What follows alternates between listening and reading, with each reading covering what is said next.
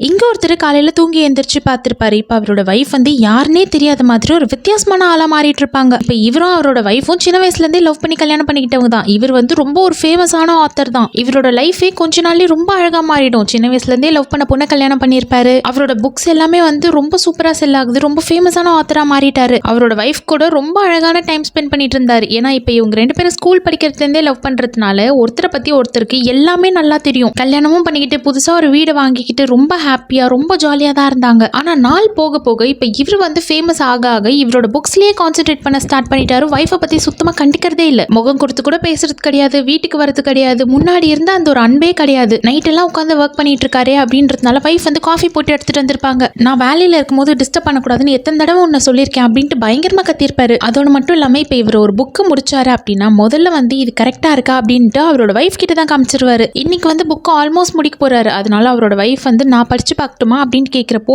இனிமேல் நீ எல்லாம் ஒன்றும் படிச்சு பார்க்க தேவையில்ல, நீ படிச்சு பார்த்து தான் நான் வந்து பப்ளிஷ் பண்ணணும்னு கிடையாது, அதனால ஒன்றும் என் புக் ஃபேமஸ் ஆகல அப்படின்னு சொல்வாரு. அதனால இப்போ அவரோட வைஃபும் வந்து ரொம்ப கஷ்டத்தோடவே அங்கேருந்து போயிடுவாங்க. ஆளே ஒரு மாதிரி அப்படியே தலைகீழ மாறிட்டு இருப்பாரு. ஒரு நாள் இப்போ அவர் அப்படியே ரோட்ல நடந்து போயிட்டே இருக்கும்போது நிலா வந்து ரெட் கலர்ல இருக்கிறத பார்த்திருப்பாரு. இது வந்து ரொம்ப ரேரா வர ஒரு 3 டே தான். அப்படியே அவரும் வீட்டுக்கு போயிட்டு தூங்கிடுவாரா. அடுத்த நாள் வந்து யார்கிட்ட இருந்தோ கால் வருது. கால் பண்ணி பயங்கரமா கத்திக்கிட்டு இருக்காங்க. நம்ம இவ்வளோ ஃபேமஸான ஆத்தரா இருக்கும், நம்மள எதுக்கு இப்படி கத்துறாங்க அப்படின்ட்டு போயிட்டு பார்த்தா யாருமே மதிக்க கூட மாட்டேங்கிறாங்க. என்னோட புக்கு ஏன் இன்னும் பப்ளிஷ் பண்ணல அப்படின்னு கேட்கிறப்போ, உன்னோட புக்கா, நீ என்ன பைத்தியமா, வெளியே போ அப்படின்னு சொல்லி அனுப்பி வச்சிடறாங்க. அது மாதிரி யாரெல்லாம் இப்ப இவருக்கு பயங்கரமா மரியாதை கொடுத்துட்டு இருந்தாங்களோ அவங்களாம் ஒரு ஆளா கூட மதிக்க மாட்டேங்கிறாங்க. இன்னைக்கு வந்து புக் சைனிங் செரிமனி தான் நடக்க போகுது. ஆனா ஆத்தரா வேற யாரோ ஒருத்தர் வந்து உட்காந்துருக்காரு. அவரோட ஃப்ரெண்டு கிட்ட போயிட்டு என்ன நடக்குதுங்க அப்படின்னு கேட்கிறப்போ, நீ வந்து சாதா எடிட்டர் தானே, நீ எதுக்கு ஆத்தர் ஆகணும்னு நினைக்கிற அப்படின்னு சொல்றாரு. நம்ம ஏதாச்சும் கனவுல இருக்குமா, என்ன உலகமே இப்படி டிஃப்ரெண்டா இருக்கே அப்படின்னு சொல்லிட்டு இப்ப இவருக்கு ஒண்ணுமே புரிய மாட்டேங்குது. சரி நம்மளோட வைஃப்க்கு கால் பண்ணி என்ன நடக்குதுன்னு கேட்கலாம் அப்படின்ட்டு போன் எடுத்து தேடி பார்த்தா வைஃபோட ஃபோன் நம்பரே அதுல இல்ல. இப்படி வெளியே பார்த்தா இப்ப அவரோட வைஃப் தான் வந்து ரொம்ப ஒரு ஃபேமஸான சிங்கர் அப்படின்ட்டு மேல வந்து போர்டெல்லாம் போட்டு வச்சிருக்காங்க. அதாவது இப்ப இவர் வந்து பேரலல் வேர்ல்ட்ல மாட்டிட்டு இருப்பாரு. இந்த உலகத்துல அவர் ஒன்றும் பெரிய ஆத்தர்லாம் கிடையாது, ஒரு சாதா எடிட்டர் தான். வைஃப் இவர் மேல வரணும் அப்படின்றதுனால அவங்களோட கெரியரை பார்த்துக்காம விட்டுட்டு இருப்பாங்க.